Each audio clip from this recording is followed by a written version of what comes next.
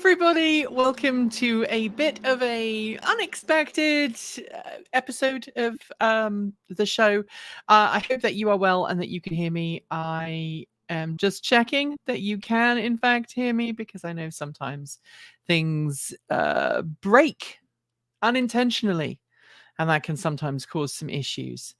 You should be able to hear me though, so I am hoping that you are, in fact, watching. Hello, everybody. And if you are watching after the event, I'm sorry I missed the live stream. This was something that we'd been planning to do, but we didn't know exactly when we were going to do it. And I wanted to do this before the UK went to their Betty Buys, before they climbed the wooden stairs to Bedfordshire. So thank you very much for those of you who were very complimentary about the Aptera videos. Thanks to everybody who reached out and said someone was using our Aptera video without our permission. We've actually reached out and we're sorting that out. So hopefully we can work with folks and get everything done. So hello, my energy. You are in Europe. So let's get down to this because this is Friday, obviously. Transport Evolved's busiest day of the week is a Friday. For those who don't know, we edit TEN on a Friday. We have to start writing the script. I was up at 5 a.m. this morning. We have to write the script, then we have to film it.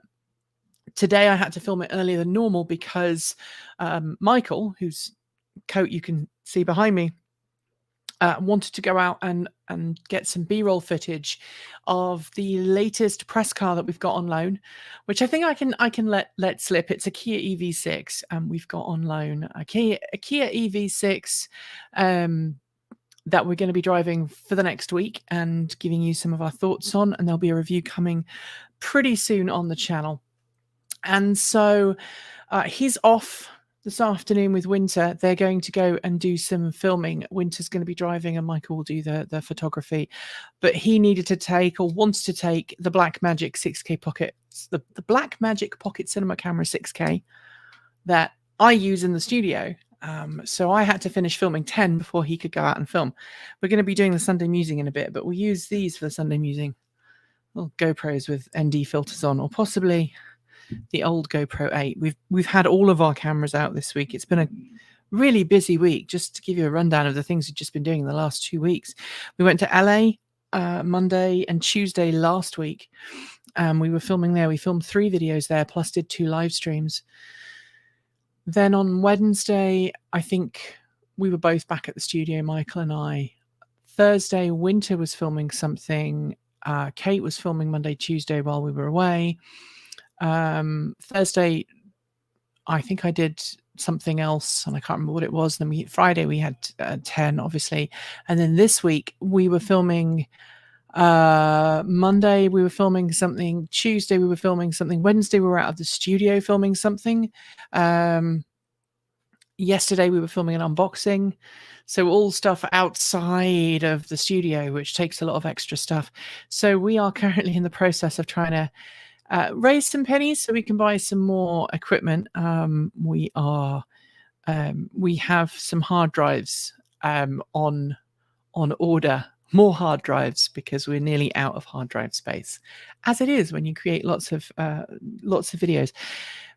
But that's not what I want to talk to you about today. Hello to everybody. We're going to answer the question. Steve says, how many cell phones can fit in the spacious frunk of the Kia EV6?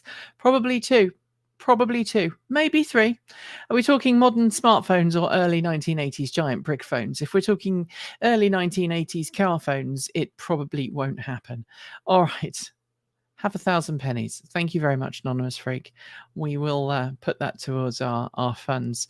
So a couple of weeks ago, I'm going to go back to the start and talk to you all about this. About 3 weeks ago now, people kept asking us if we were going to go to Fully Charged Live. And we said at the time, we really want to go to Fully Charged Live UK. It's something that we've done every year. It's been possible for us to do. I really support what they're doing at Fully Charged. And I love Robert and the rest of the team. And Robert and I have been friends for a number of years. In fact, 2008, I think we first started working together. And you know, we've been on a couple of car launches together.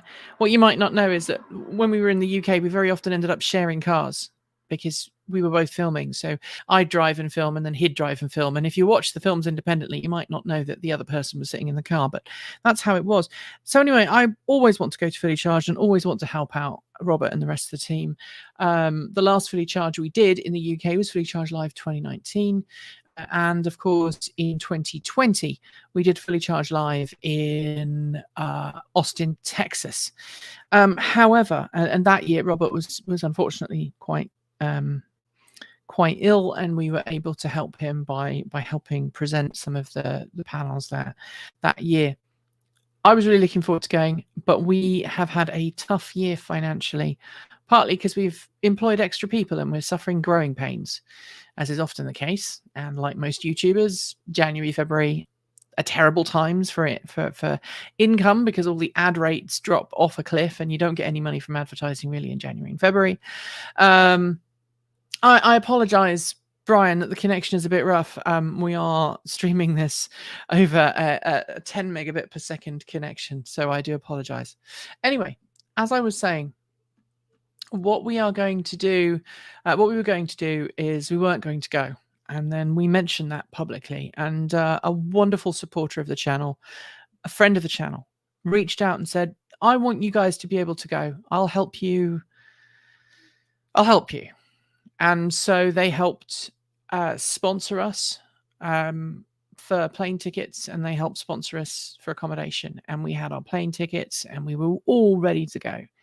And we were keeping it quiet that we were going to go to Fully Charged Live because we were nervous about everything going on in the UK.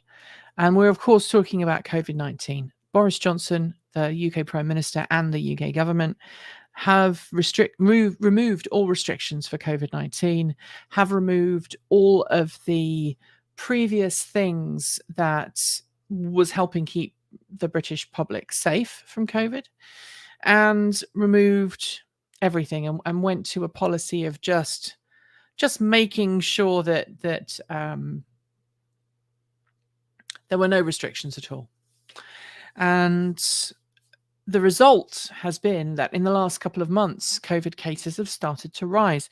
They are rising at an alarming rate in the UK. They are at a point now where they are much higher than they would have been in January, when we said we weren't going to CES 2022 in Vegas. And we pulled out of CES in Vegas because we were worried about the health of our team.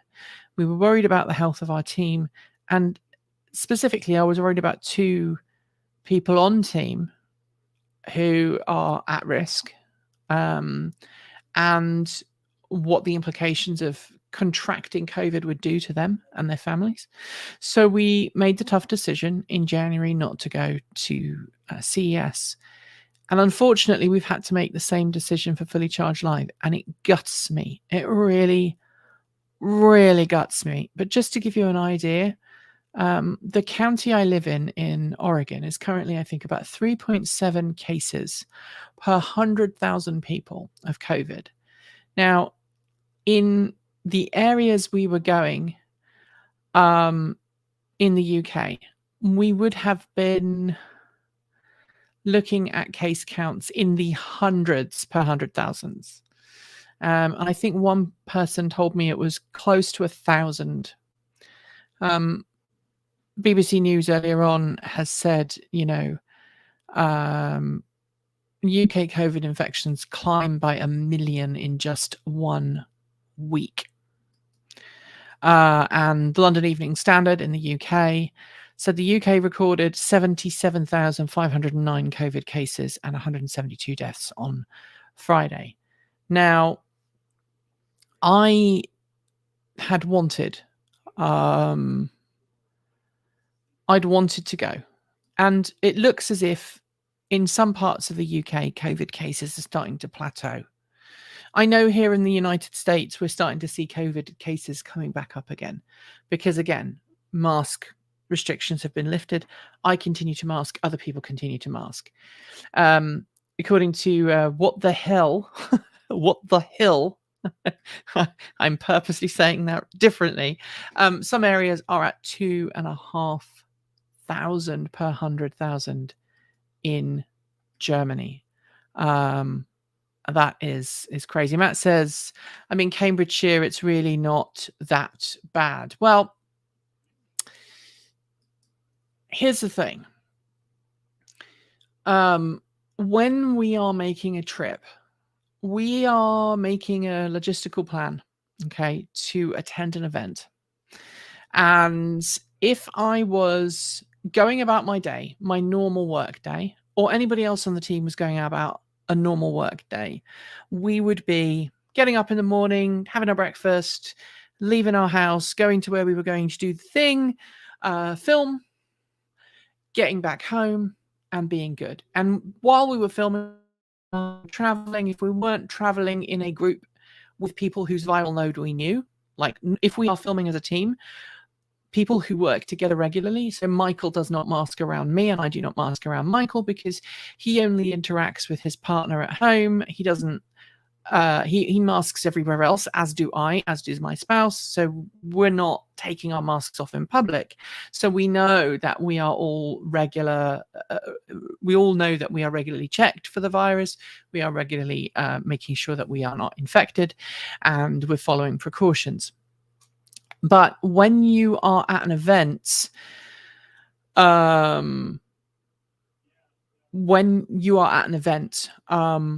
you have no control over everybody else who's there. You have no control over who comes up to you. You have no control over their viral load, and you have no control over what they do. Now, at Fully Charged Live in 2019, there was an attendee who... There was more than one attendee who was very unaware of personal space, and went up to a team member and put their hand on said team member's face and said a few inches from their face, "I want to know what makes you tick." And while also being an unpleasant experience for said team member, if that person was not wearing a mask right now, that would be very uncomfortable, especially with COVID going around, especially with people who are... some team members are at risk, and some team members work with at-risk individuals. That doesn't make sense for us as a team, and it doesn't make sense for you guys either, because you want to be able to see me and the rest of the team, and you want to be able to come up and talk to us, and you want to be able to say, "Hey, how's it going? And can I have a hug? Or can I have your autograph? Or can I pose for a photo?" All of those things are things that requires people to get physically close to one another. Even in, socially acceptable, comfortable ways, it's still getting close to someone. And then you are in the situation of, do you wear a mask when someone comes up to you and asks for a photograph? Well, yeah, I would want to, but would the person wanting the photograph want you to still be wearing a mask? Maybe not. And so therefore, it is a very difficult, complicated scenario. Nobody on the team wants to come across as being a horrible person for kind of holding back or not being available and not being part of the crew. And having talked to people who were at the show last year, the general consensus is that while many people were very respectful and were giving space, there were also a lot of people who didn't seem to care and or didn't really bother. And that's not a slight on the show. That's just the general population. I encounter it on a regular basis. Now, I've been very lucky. Last week when we went to film at Aptera, I wasn't wearing a mask. I wasn't wearing a mask when I was interviewing Chris, and I wasn't wearing a mask when I rode around with Matt. And the reason being, we were outside when we were filming with Chris, and when we were filming with Matt, we were in a car with no windows or doors, driving along, and so there was plenty of airflow. Everybody was known good vaccine status and had not been subjected to the virus, so therefore we knew the risk was very low. And also San Diego has a very low infection rate right now. In the UK, it is very, very different. I've heard some horror stories, some from family members, about people who went to work the day after testing positive, and they tested positive the next morning, but they felt okay, so they went to work anyway, and they turned up at work being COVID positive. around someone who is a cancer survivor and is on cancer suppressing drugs that do affect your immune system. And so that level of what we are non-confrontational people, and that is not a good sign for us to be. Now I'm just going through some of these here. I'm still going to fully charge with my stepdaughter and her partner, and we'll spend most of the time outside there. Yes. Having talked to people, I know quite a lot of the event will be inside. That was another factor that made us go, yeah, we're not going to do it. Stay safe. Better days ahead for live events. People are slowly and cautiously coming out of their pandemic shells here in Southern Arizona. We're not completely back to normal just yet. Well, I mean, we are pretty much back to normal up here in the foothills of the coastal range. I'm happy to stand outside of people without a mask on and talk, but I'm still putting a mask on out of respect for other people when I'm going to the store, when I'm going to the supermarket, when I'm going to the camera shop. Interestingly, it's kind of funny. The day after the mask mandate was lifted, I went into a number of shops, and the local kind of veg shop where they were still wearing a mask. I went to the camera shop where they were all wearing masks. And then I went to another couple of places where I had assumed that people would still be masked, and they weren't. So I still mask, and you can call me names and you can call me whatever, but I've also not suffered from COVID, at least not since March. I think I probably had it in March 2020.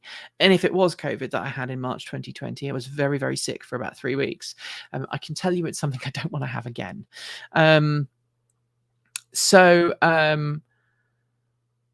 I went to London once to our Christmas party and an outdoor event at Hyde Park. Went to Wonderland and I caught COVID. First and only time so far. Yeah. The UK law allows you to do that. Go to work when tested positive. Yeah. They only protect the donors to the party. Yeah, I think that's part. I mean, we have some strong political views here at Transport Evolved about how the UK government is handling things. I think you can probably guess where Kate, Wharton, Elliott and I sit. We're still registered voters in the UK. But at the same point, I don't want to put my team at risk. It's something very different when you are the boss, and you're responsible for the livelihoods and the lives of the people that you're working with when you make a decision to do a road trip or you make a decision to fly somewhere.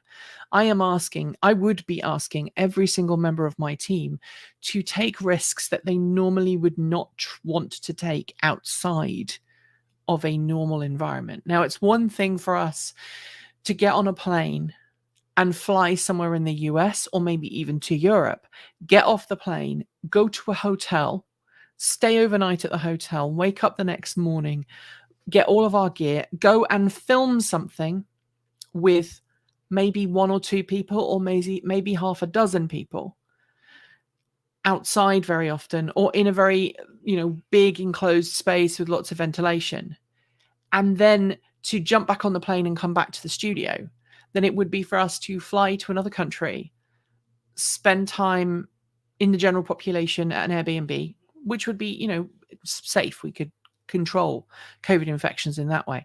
But then to go to a public event, which may have thousands of people at it, many of whom want to come up and talk to you, who may or may not be masked, that's a very different environment. And I hope you guys can appreciate that, because I know somebody somewhere, if I don't say that, is going to turn around and say, you're being hypocritical because you flew off to LA, you flew off to wherever, to Detroit to see the Silverado, and you didn't have any problems then. And you'd be right. We didn't, but we followed very, very strict masking guidelines. When we were at the hotel, we had food in our room. We were not around people who were unmasked for a reason. And in fact, when we went to the Silverado event, GM asked us to have a rapid test before they'd let us in to film with the car and the people there. And that's a very different event than a public event where you can't ask people to mask and you can't ask people to test negative. So that is the reason we are doing it. And I am gutted. I am honestly gutted. I've already spoken to our wonderful benefactor who was going to help us make that trip possible. They have been wonderful, actually, really wonderful about it, and very kind and gracious and very supportive. And they said, yeah, you made the right choice for your team. I'm really sorry this has happened. I'm sorry you had to make the decision. They understand why. And so I don't want to be part of that.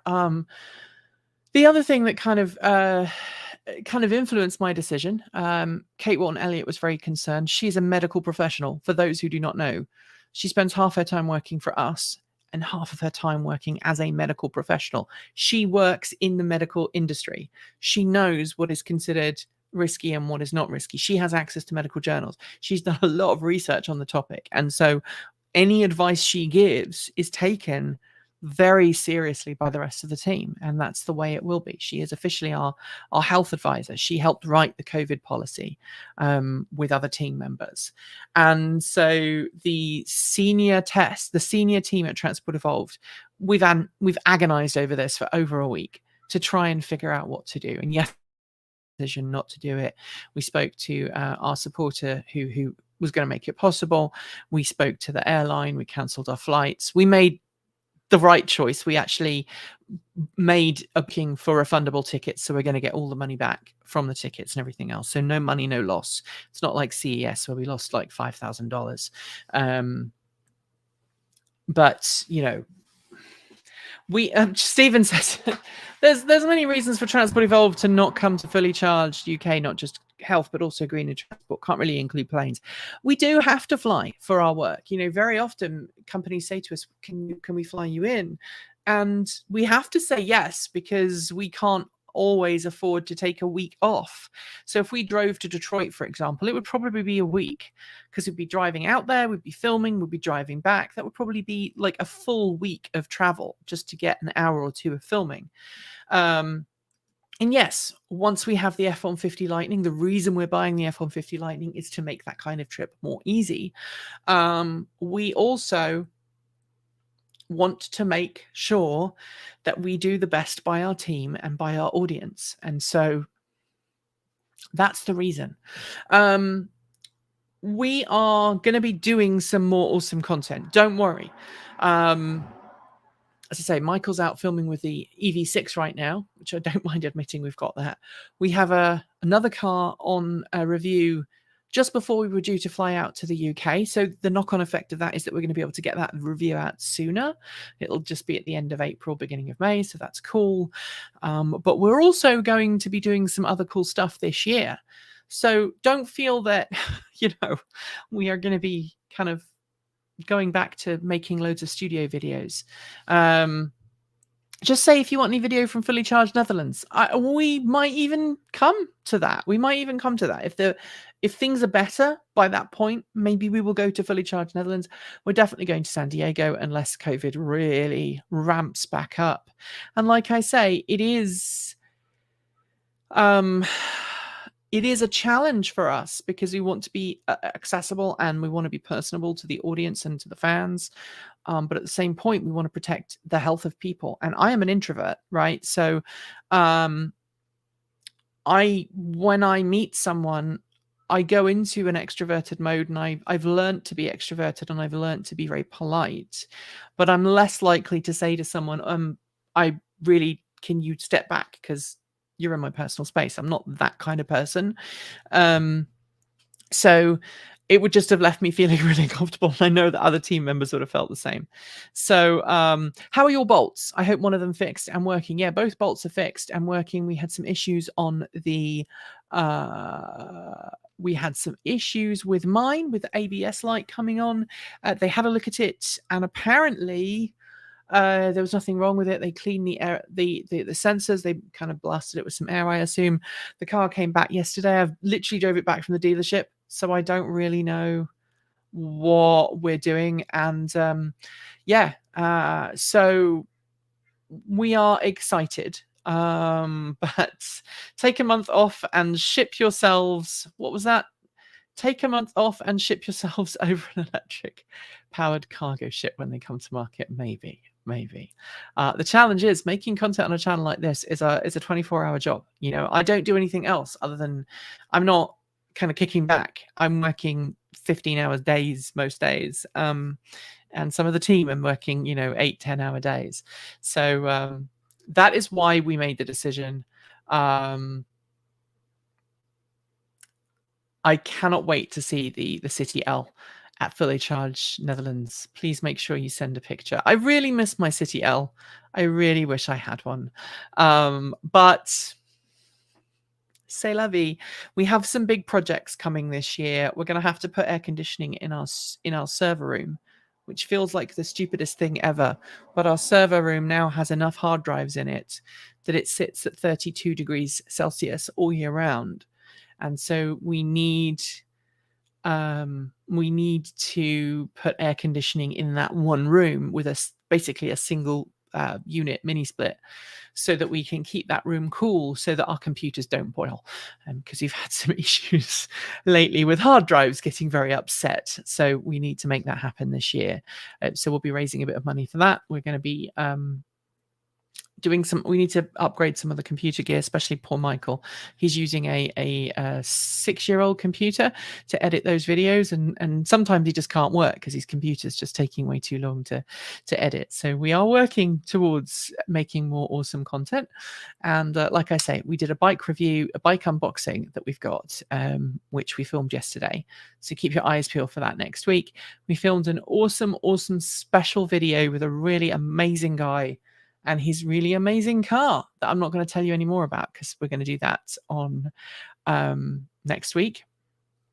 And that is it. So if you are watching this, yes, we are hoping, fingers crossed, that we will be attending Fully Charged Live San Diego. But unfortunately, we will not be attending Fully Charged Live UK, because we just cannot risk the health and safety of our team. It would just be wrong. I would be an irresponsible boss if I put the channel before the team.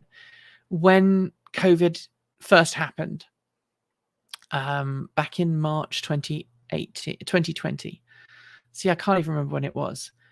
When it was March 2020, I reached out to Erin after she'd gone home for the day, and I sent her a message and I said, Erin, you're not coming into the office tomorrow. You're going to work from home. And that was the day. The next day, I took all my computers home and set up this room, which I was sharing with my partner at the time. And then Erin took her computer home, and we have not worked in the studio together since. And it's hard on the team because you don't have a studio anymore. It's, having to put air conditioning in my closet at the top of my stairs, because it's now become the server room. But at the same time, nobody on my team has contracted COVID. And I think it's because we've kept everybody safe. So there we are. Thanks for watching. And how about a Polestar update? We don't have a Polestar. We don't own a Polestar. We just reviewed it. So that's all we had. Just to be clear to folks, the cars we have on our staff, we've currently got, what have we got? I have a 2017 Chevrolet Bolt EV. My wife, Kate, has a 2017 Bolt EV. Kate Walton Elliott and her partner have a Kia e-Niro and a Kia Soul EV, as well as Rebecca, obviously the Morris Minor. Winter and his partner have a Think City and a Tesla Model 3, 2017 Tesla Model 3 long range. Erin and her partner have a 2019 Chevrolet Bolt, I think, EV. Might be a 17 or a 19, I can't remember. 2017 or 2019 Chevrolet Volt even. Plug-in hybrid, not the Bolt. I got excited there and said Bolt too many times. They have a Volt, so plug-in hybrid. And Michael and his partner have a 2012 Chevrolet Volt. So everybody on the team does drive a plug-in car, but we don't have anything else. Was I able to get the Electrek and Rototiller? No, I really want one. I really want an Electrek. I really do. It would be amazing. because I've got some great videos to make on that. I would love to do it. So if anybody knows of an Electrac and that I can get set up, let me know, because we'd love to do one. We really would love to do one. We've got some cool projects coming soon. We're going to be working with a company trying out a new product that's coming to market. We're going to be doing a little bit more sponsorship stuff. I don't really talk about that too much at the moment, but we've got to raise some more money because we've got more people working for the channel, and I haven't paid myself since November, so we're going to make that happen. Anyway, thanks everybody, and as always, keep evolving.